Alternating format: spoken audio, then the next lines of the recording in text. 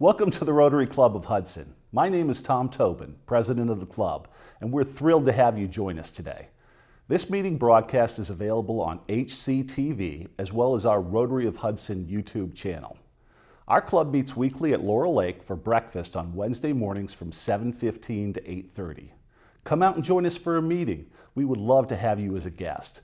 To learn more about Rotary, our club, and the impact we're having on our local community and the world, visit our website, rotaryhudson.org. Enjoy the meeting today and help us share the message that Rotary connects the world. Of mine saying, "Hey, sorry about your restaurant." And I said to myself, well, that's an odd text to get. So then I find out that the governor has shut us all down.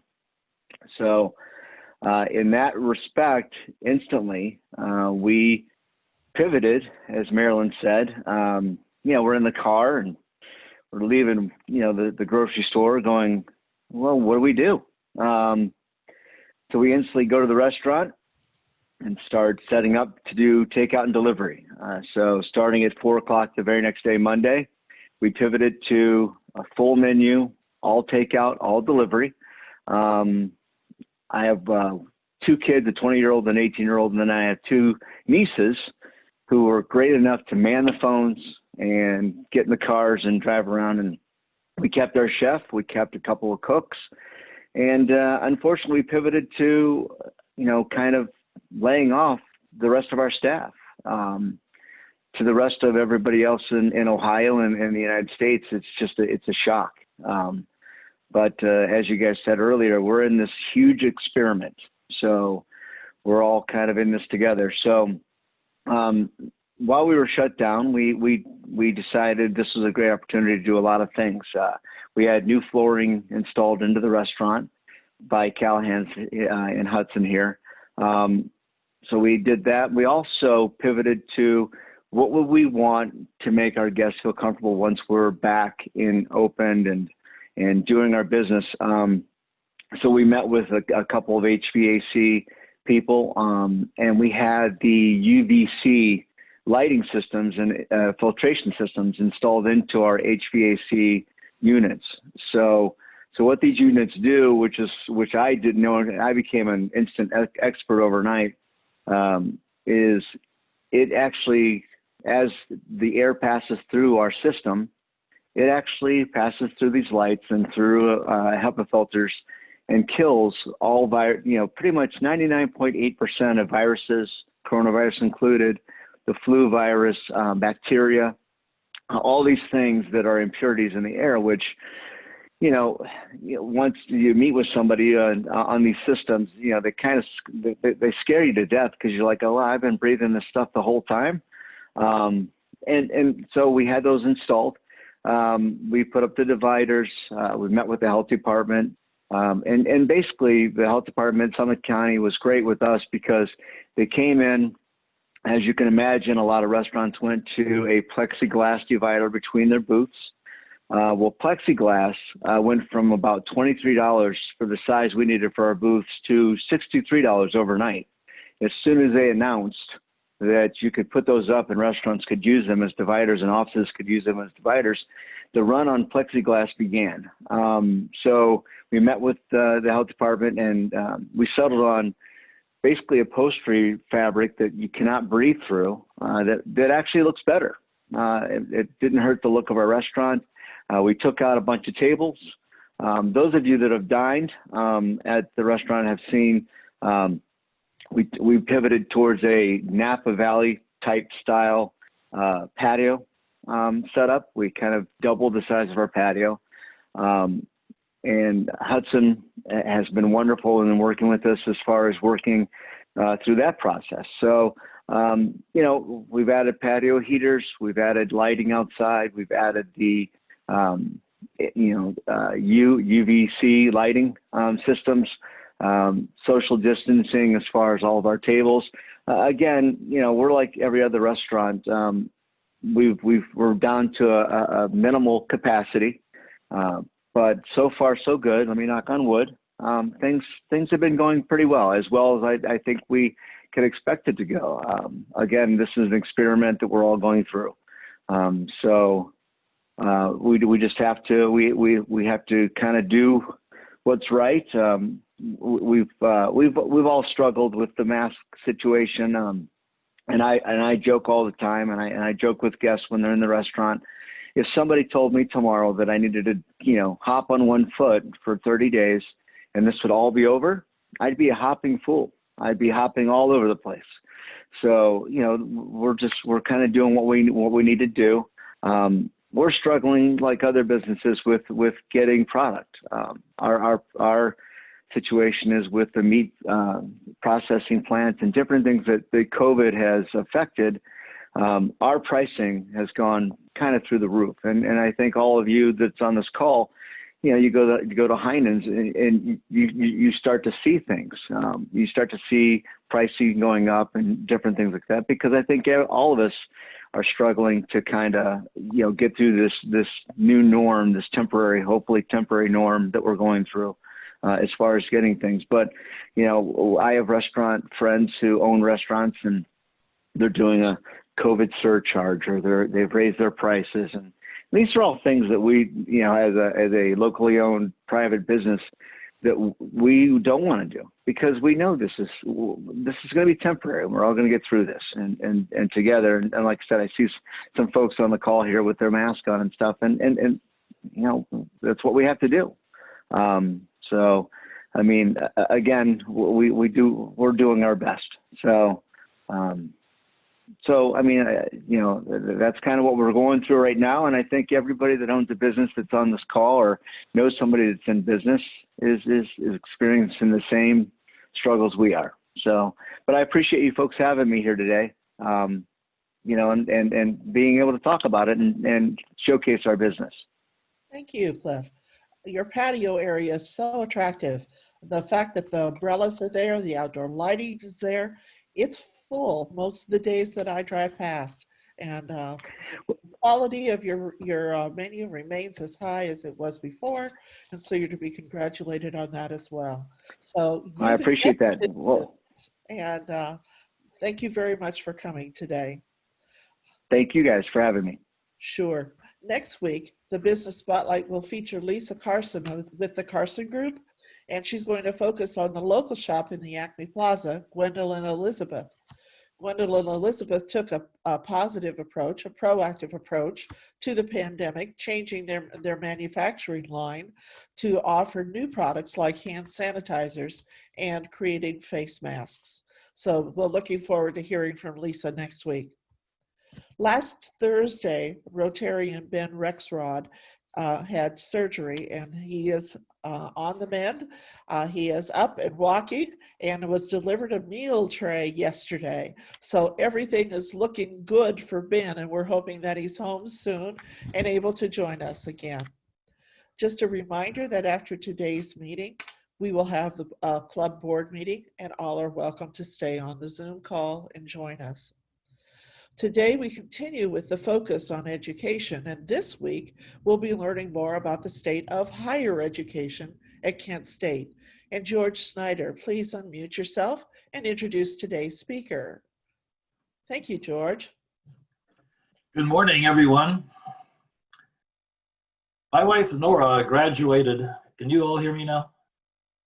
Good. My wife, Nora, graduated from Kent State University, and last year completed a 2-year term as chair of the Kent State University Foundation Board. As a result of her volunteer activities over many years, I have come to know Kent extremely well. Located just 8 miles from Hudson, the school was chartered in 1910 as a teacher's college. Today, it is the second largest university in the state of Ohio, with over 38,000 graduate and undergraduate students across 8 campuses and remote locations in places including New York City and Florence, Italy. It is an internationally recognized research university, known as just one example for the development of liquid crystals. Its fashion school is one of the best in the world, as are its nursing, architecture, and education engineering programs, to name just a few. Our Zoom guest this morning is Dr. Melody Tankersley, who is Kent's interim provost and senior vice president. In that capacity, she is the university's chief academic officer with responsibility for setting academic priorities and allocating the resources that support those priorities. Previously, she was Dean of Graduate Studies and professor in the College of Education, Health, and Human Services.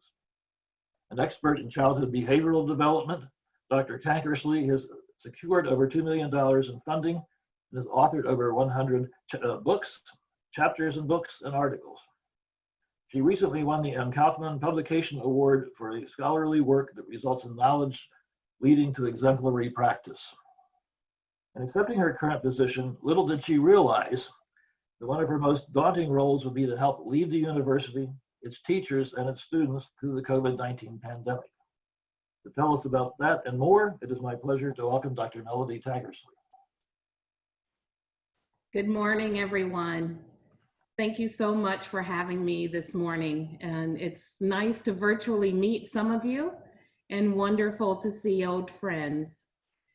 So we began watching COVID-19 toward the beginning of the new year, 2020.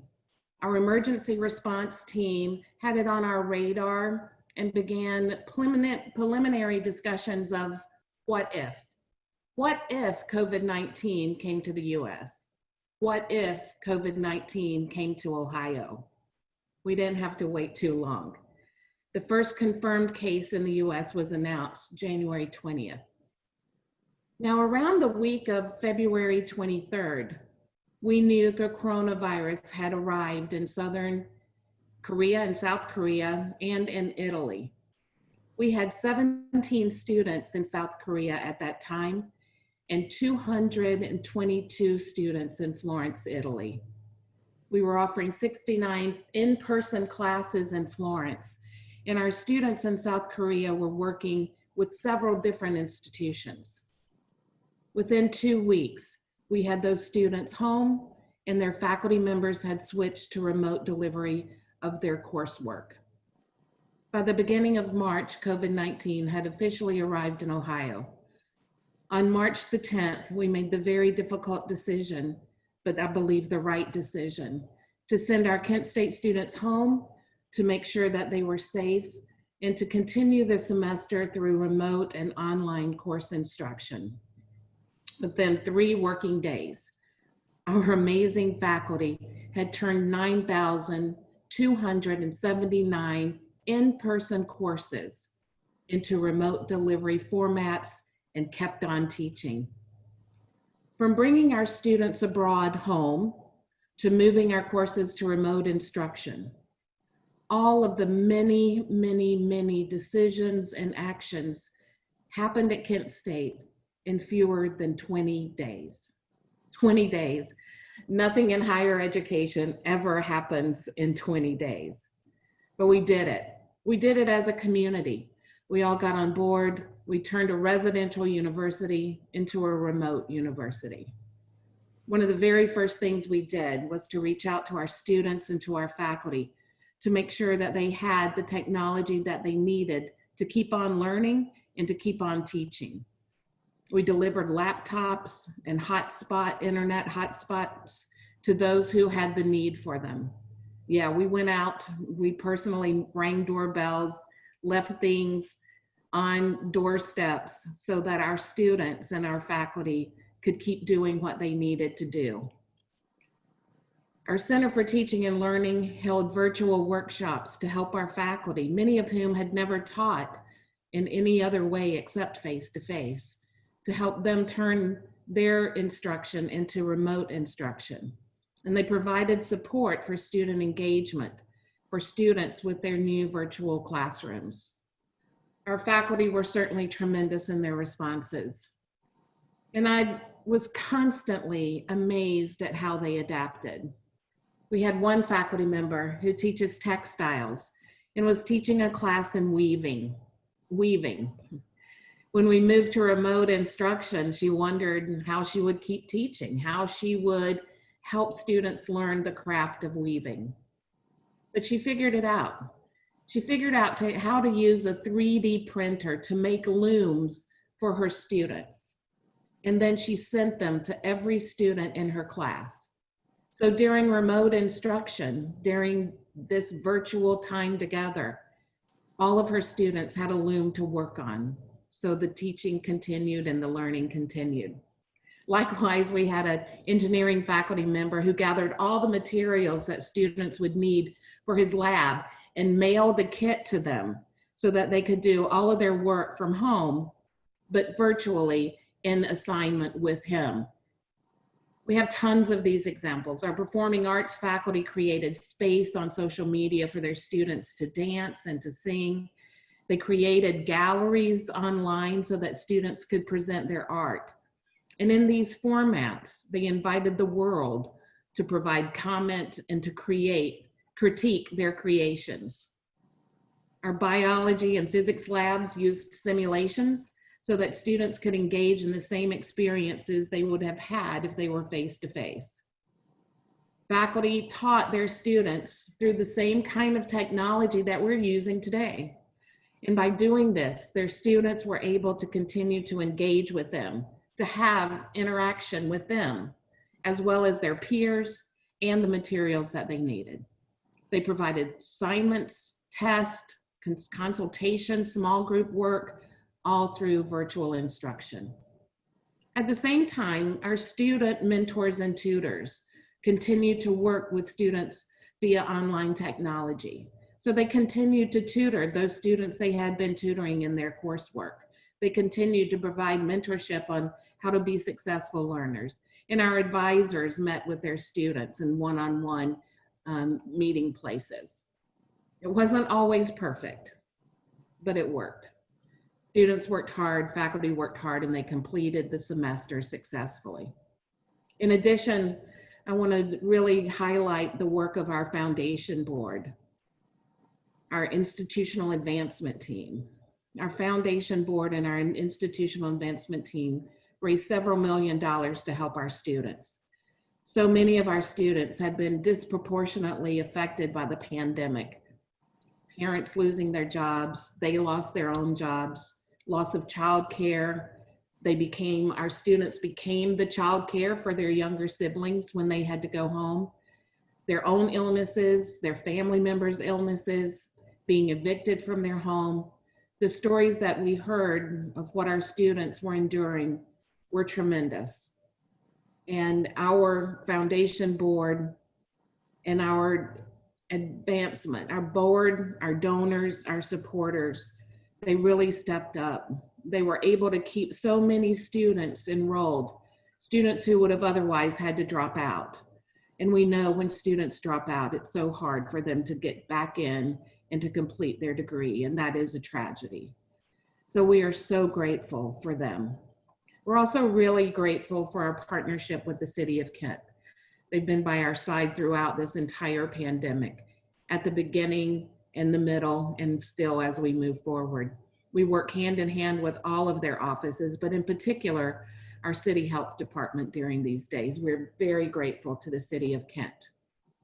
So now, flash forward to May 9th. We mailed out commencement celebration boxes that included a mortarboard, tassel, diploma cover, commencement program, and commemorative alumni pin to our more than 5,000 Kent State students who earned their degrees during this unprecedented and most unusual semester. Our virtual commencement ceremonies were attended by a record number of guests who were able to hear each graduate's name called as it scrolled across the screen.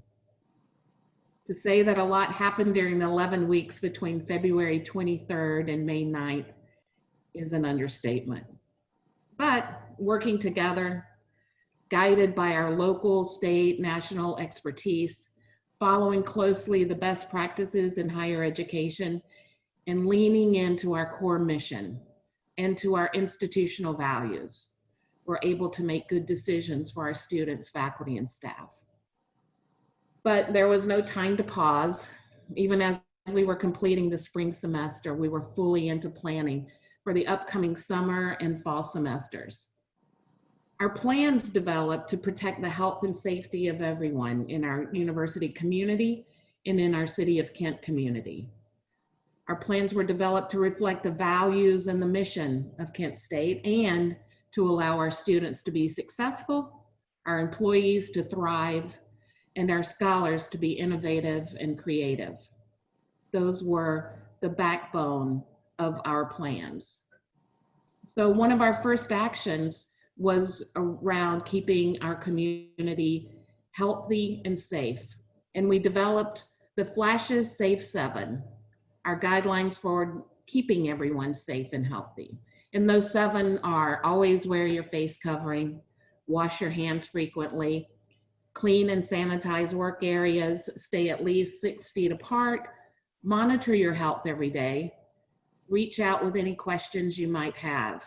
And to remember that Flashes always take care of Flashes, which we mean that we expect kindness and respect in all that we do.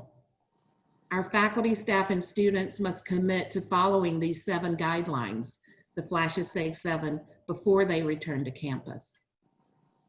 So after we created our guidelines for being on campus safely, we created a 4-phased return to campus plan.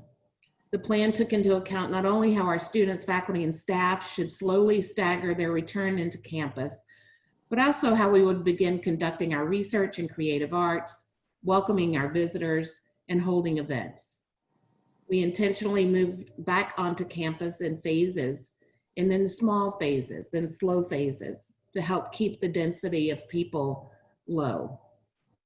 As we continued to plan, summer sessions began. Our first 3 summer sessions were offered fully through remote instruction. And for our final summer session, which began July 9th and is still rolling along, we offered a few in-person classes on each of our campuses. We had 17 courses with multiple sections on the Kent campus and 19 throughout our regional campus system. Not only did this meet the needs of our students and faculty well, but it also gave us a good pilot for our fall semester and helped us to see what worked well and what we needed to troubleshoot in getting ready for the fall. During the summer, our faculty continued to work on ways to provide the best instruction in the remote environment. Although they were not on contract, over 800 faculty members participated in these workshops to improve their teaching, to enhance student engagement, and to make learning meaningfully while delivering it remotely. 800 faculty members. It's tremendous. And our advancement team, our foundation board, have continued to raise emergency funds for our students. So with all of this work, we're now looking at fall semester. Just now. Whew, it's been a lot. So after 149 days, I believe the count is now, we're ready to get fall going. To the greatest extent possible, we'll continue with remote work for the majority of our employees. We'll also provide remote events and services throughout the fall semester. Being able to do so will help keep the density of people on campus low, which makes it safe for those people who must be there. Although our fall academic semester will begin on time, we'll start move-in a bit early, with students moving into dorms August 19th, which is 1 week from today, and will allow move-in to happen through the 26th so that we can extend and stagger times when students arrive to avoid overcrowding. We've actually reduced the density of the dorms so that we'll only have 1 or 2 students in a room. And currently we're enrolled in our dorms at less than 70% of the capacity. Classes will begin on August 27th as planned, which is 2 weeks and 1 day from right now. Whew. Our fall classes will be offered in person, through online and remote delivery, and through a hybrid combination of in-person and remote, where half of the class will attend 1 day a week and the other half is on the second day of the week, and all the time having it beamed simultaneously through virtual instruction. We will offer more than 12,000 sections of courses throughout the Kent State system this fall. But in getting prepared for this, we had to consider each and every one of those courses and how we would deliver them now, with our focus being on physical distancing in all of our spaces. Overall, we can fit about 25 to 30% of the maximum capacity in any space while adhering to our physical distancing guidelines. This is not only greatly reducing the number of students we can have in one space, but the number of sections of courses overall that can be delivered in person. So to get an idea of how the 6-foot distancing impacts space, I'll give you an example of our largest auditorium, which is in Cartwright Hall. It has 500 seats available. So usually we will have sections of courses with 500 students in them. But with physical distancing, making sure we were 6 feet away in all directions from students, fewer than 70 students can safely fit in that space that typically holds 500. That's the impact of the 6-foot distancing. And when you think about that, that's why not as many of our courses can be offered in person. And that's why not as many of our students can have in-person instruction. So when we considered how we would approach the fall courses and where they could occur, in person or remotely, we had to essentially do away with our entire fall schedule and begin again. Each of our 12,000 sections of courses had to be rescheduled within a month, a process that usually takes us about 5 months to do. We began our scheduling process by recalculating the number of people who could be in each instructional space at one time while adhering to our physical distancing requirements. What is our new capacity in this new normal? We're using all available spaces for classrooms, conference rooms. We're even working with our hotel to use their conference spaces. We scheduled our classes in tiers. For our first tier, classes that must be offered in person, such as our science labs, art classes, like ceramics and glass blowing. Students don't have the means to participate at home in those kinds of classes. Clinicals for nursing, architecture studios, and pilot instruction. All of those were scheduled with 6-foot distancing around each student. After those classes were scheduled with a room, we began scheduling tier 2 courses. And those were courses that benefit by hands-on or instruction in person, like creation-based design courses and courses that use special equipment, such as for exercise physiology. We also scheduled courses in tier 2 that we knew were already tough. We knew they were tough because they had lower rates of student success. So we rescheduled those with tier 2 in mind as well. And we focused on our first year experience classes for our freshmen, hoping that they would have at least one in-person class right away. For our third tier, our scheduling was left to programs to decide which of the courses in their major were most important, or which faculty member really desired to be in that in-person environment. So thinking of that, tiering out the courses, prioritizing those that had to be face-to-face in order for instruction to occur, to access the materials required, that process allowed about 40% of our courses in our academic experiences to be offered in person. Only 40%, which meant that a lot of students would only have one course face-to-face or none. It was a hard thing to do, but it was the right thing to do.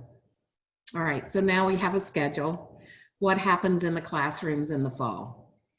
All classrooms will have sanitizing wipes for students to take on when they enter the classroom, wipe down their desk and the materials that they'll use.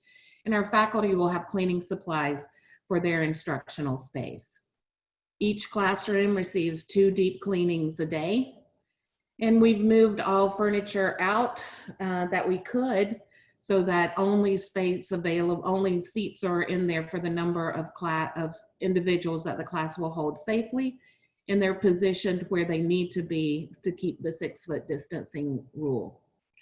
This means that you can't pull students together to have small group discussions. Everything has to stay in place. For those classrooms that had seats that we couldn't remove, like an auditorium, we have marked off seats, put tape down, put stickers on seats where students can sit so that they'll be 6 feet apart. Each classroom is being outfitted with technology that will allow faculty to teach both in person to the students who are there in the room with them, as well as to broadcast remotely simultaneously. In case they have students who are immune compromised or who need a quarantine because they've been around someone who might have coronavirus, or if they themselves become ill, or if they're not ready yet and do not feel safe being around people. That way we have seamless instruction. Wherever the student is, our faculty will be there, in person or remotely. We've worked hard to allow people to make choices on how they need to approach their learning and working during this pandemic. To the greatest extent possible, all of our employees have options on whether to be remote or to be in person.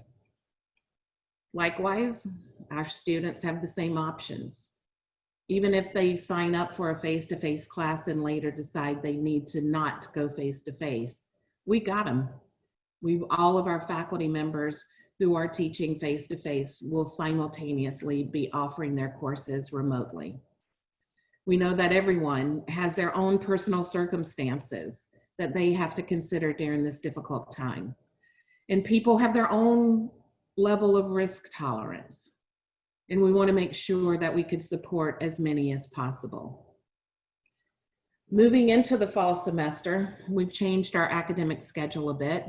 We'll not hold our fall break in October. Instead, we'll roll those days into our Thanksgiving break and take that entire week off. No courses during the week of Thanksgiving. Our students will be encouraged to return home and to complete the rest of their semester remotely. That's 2 weeks of instruction and a week for final exams. No in-person classes will be delivered during that time. All will be remote after Thanksgiving. Of course, if they need to stay on campus, we'll certainly make sure that it's available to them.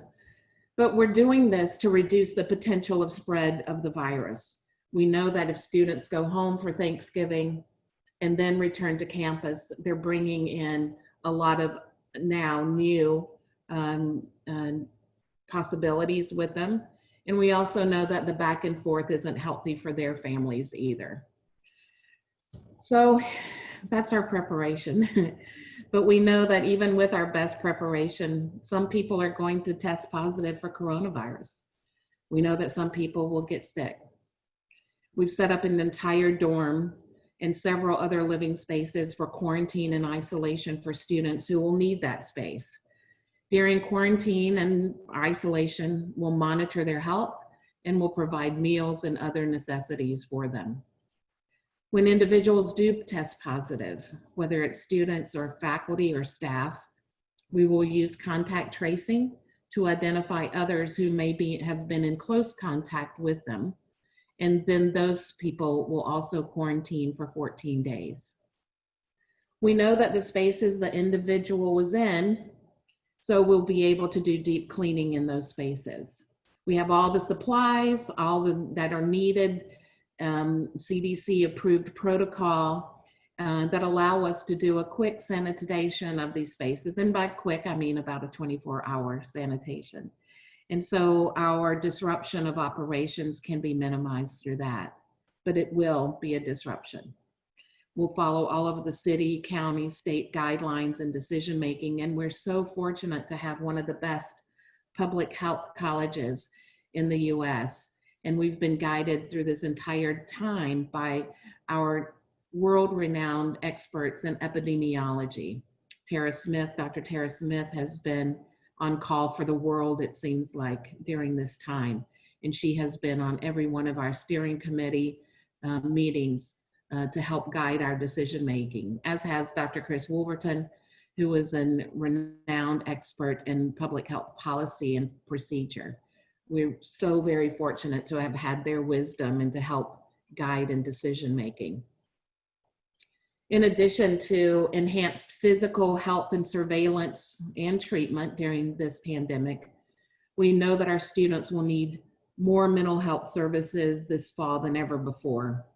We're investing to increase our services and to provide telehealth services to students who need it. There's a lot of things to consider. Still, with all that we've done, there is a lot to consider. There's a year's worth of decisions and actions that take place each week. But I'm confident and I'm sure we've got this. We've worked hard to be safe, to make the right decisions. Our faculty and our staff have gone above and beyond to plan for and to execute excellent approaches to deal with previously unimagined disruptions. And I'm so proud of our faculty. I'm so proud of our staff and students and their parents and our community members, our foundation. Everyone has been so flexible, generous, understanding, and supportive. We are very optimistic about the fall semester, and we're doing everything possible right now to plan for an enriching academic experience for our students while keeping them safe, while keeping them healthy. I'll pause here and give you time for questions and say once again how appreciative I am of this opportunity to talk with you today. Fantastic, Melody. Let me ask you a question, if I may. What effect has this had on the university's foreign student enrollment? Well, it's a couple of things have really impacted our international student enrollment. Certainly, we've had a lot of students who were not able to return home because of the state of affairs in their country during the time when we sent our students home in March. Some of our international students were not allowed to return home because there were no flights. There was a bar from people entering. So those students remained on campus. We have had them with us. It's muted. Muted everybody, James. Sorry, can you hear me now? Okay. Yes. So we've had those students who with us who were not able to return in March to their home countries. So right now we have a lot of students who aren't able to get their visas to enter Kent State because of issues in their country. And we've also had so much confusion and decision making from our government about whether students had to have an in-person classes or whether they could take classes remotely. So even if students were here physically, that set shock waves for several weeks that we had to deal with, and helping our international students find at least one class that they could take in person. And I have to tell you, our faculty really went to bat and said, you know, I'll do this. I've got this. I will take care of this student. I will teach in person. But it's been so confusing that that's also put a big damper on people wanting to come to the U.S., not just to Kent State, but wanting to come to the U.S. So it's been confusing to say the least. But we believe that our new student enrollment will be hard because of getting visas. Our continuing students, we believe that we've found ways to continue with their academic preparation. But to answer your question more directly, George, we are down in enrollment for international students, as is every university in the United States. Okay, I'm actually going to mute everyone, and then Melody, if you can unmute yourself. And then if you have a question, unmute yourself. You could go ahead and ask your question. I'm going to ask that you not have a follow-up question so that other people can ask some questions. So right now I'm going to mute all, and then we'll start from there.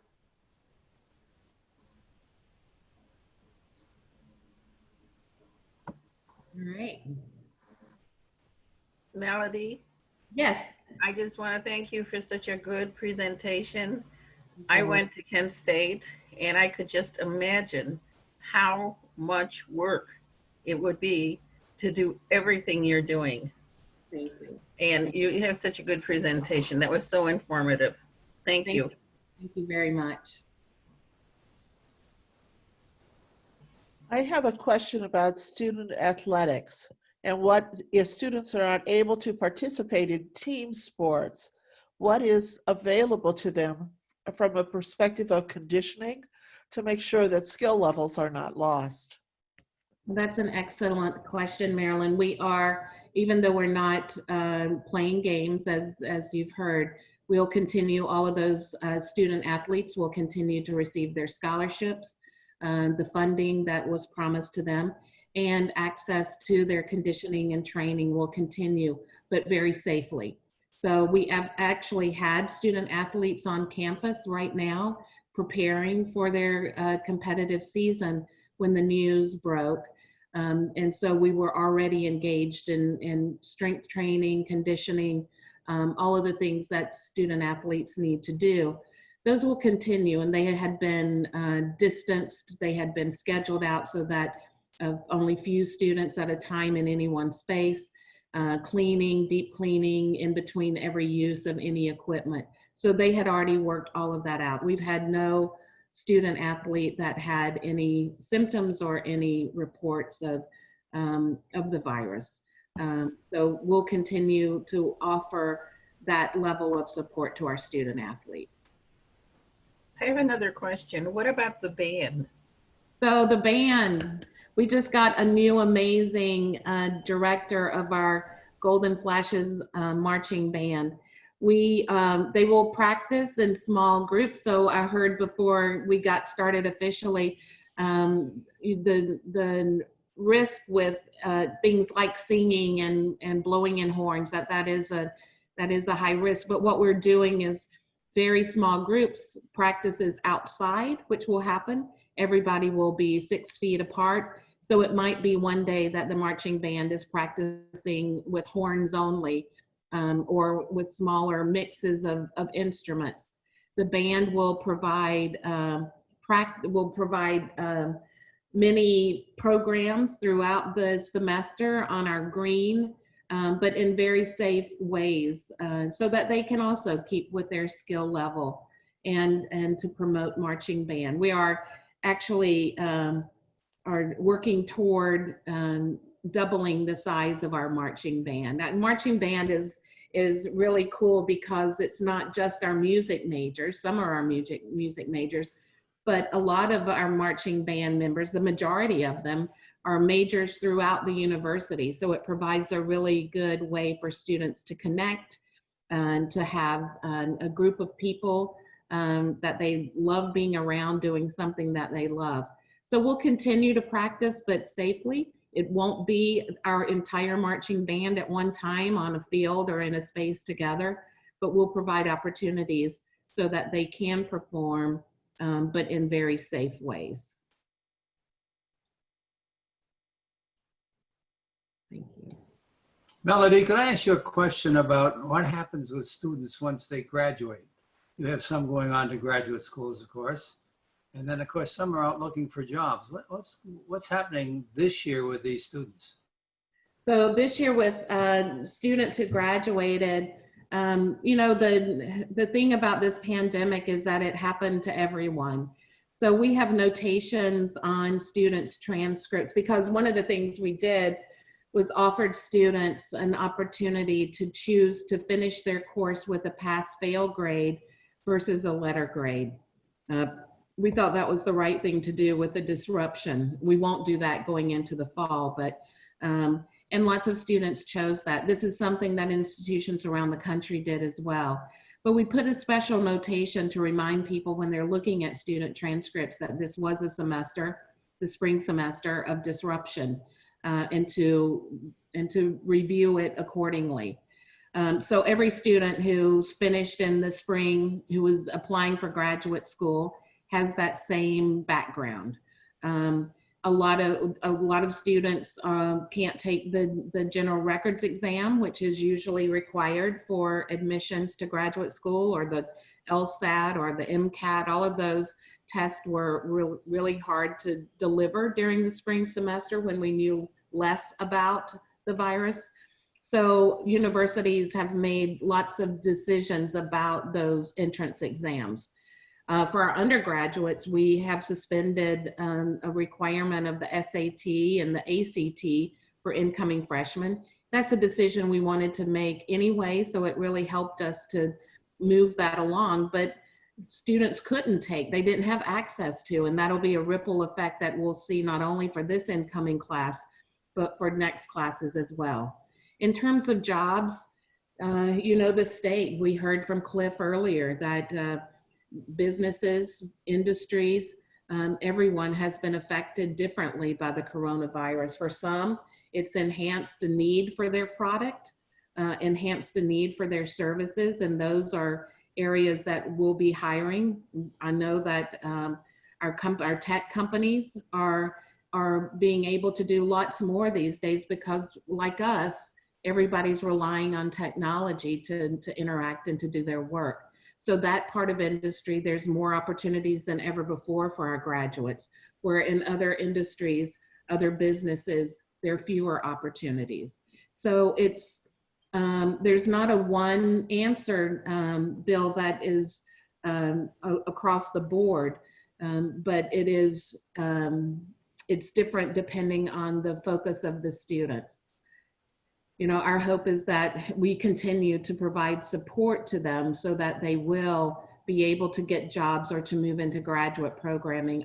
We have a tremendous career services that our students can still access after graduation, where we can put them in contact with people who are looking for new employees, and we support them in helping them build their resumes, go through interviews, and to be looking at possibilities of what that degree could open doors for them.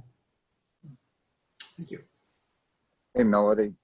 Hi. I had a quick question on the, I'm sure you did a lot of research on the technology platform that you're using. What are you using for remote teaching? What platform? So thanks for that, Jim. We have, we've been working with a learning system called Blackboard, and Blackboard has a built-in platform called Collaborate Ultra that, because students already use that platform of Blackboard, that's one of the greatest ways that faculty can easily access students, and students know where to go to get that and to be remote.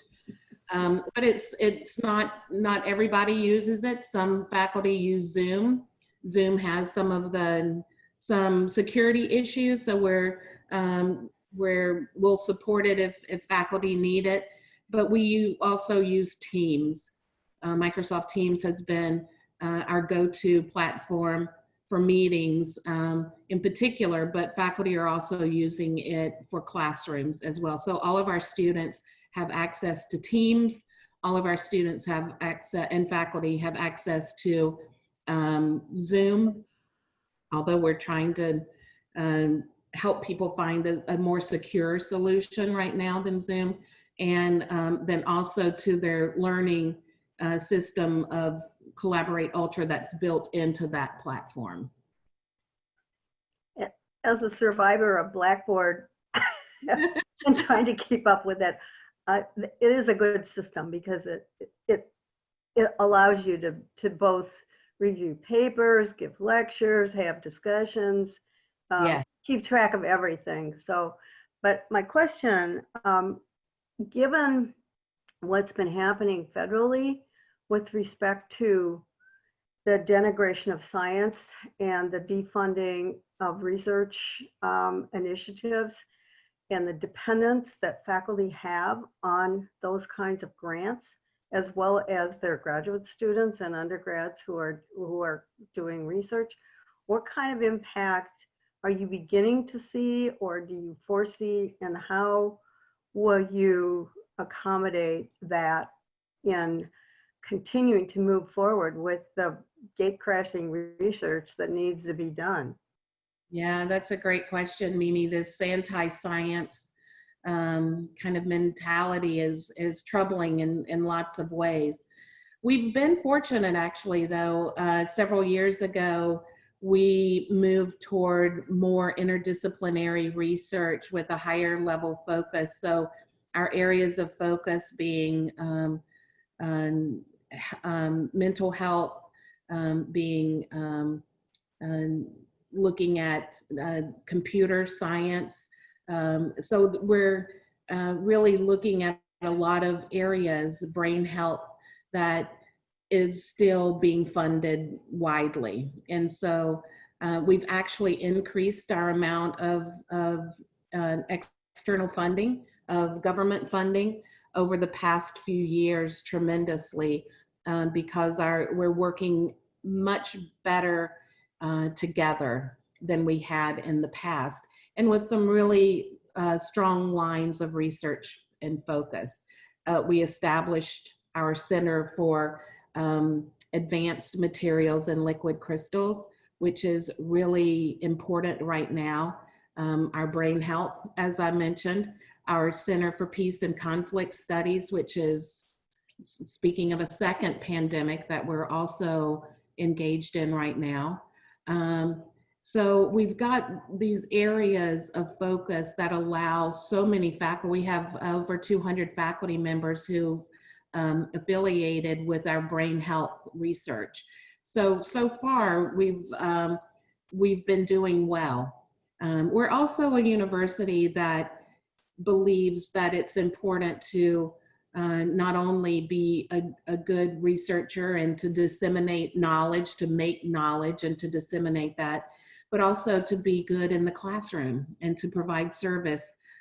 So our faculty are evaluated on all three of those areas. So I think that gives our faculty a lot of ways that they can define their scholarship and their purpose.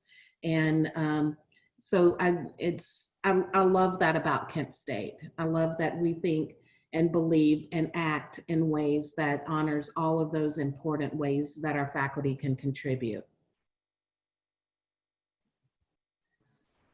A quick question. So in Hudson, we recruit very heavily from Kent for our teachers. Yeah. Great teaching. I'm just wondering if the teaching program has been modified to teach remote methods, to adjust to remote methods. I mean, not only in teaching, but actually teaching teachers how to use that. Right. You know, we have a group of faculty who put together in the spring semester pretty much a MOOC. Do you remember the MOOCs when they were popular? But this learning information about how to teach remotely, how to not only teach, but how to use assessments, how to make decisions, how to make sure that students were actually learning and engaged. Put together this series of programming and made it available worldwide to anybody who wanted it. And over 7,000 people completed it. So they've been tremendous. We're also getting ready, and you might want to keep in mind, we're getting ready to offer workshops. We know faculty right now and teachers right now have probably put a lot of effort during the summer to getting ready for the new fall.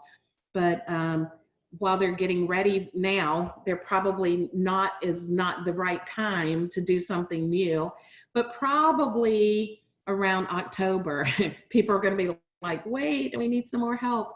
So we're putting together some programming, and we're calling it kind of just in time, so that when teachers need more help, we'll be there for them just in time, and to provide that instruction. So we've been teaching teachers and supporting teachers and how they can deliver K-12 and pre-K-12 instruction, as well as what we've been doing for our faculty on campus.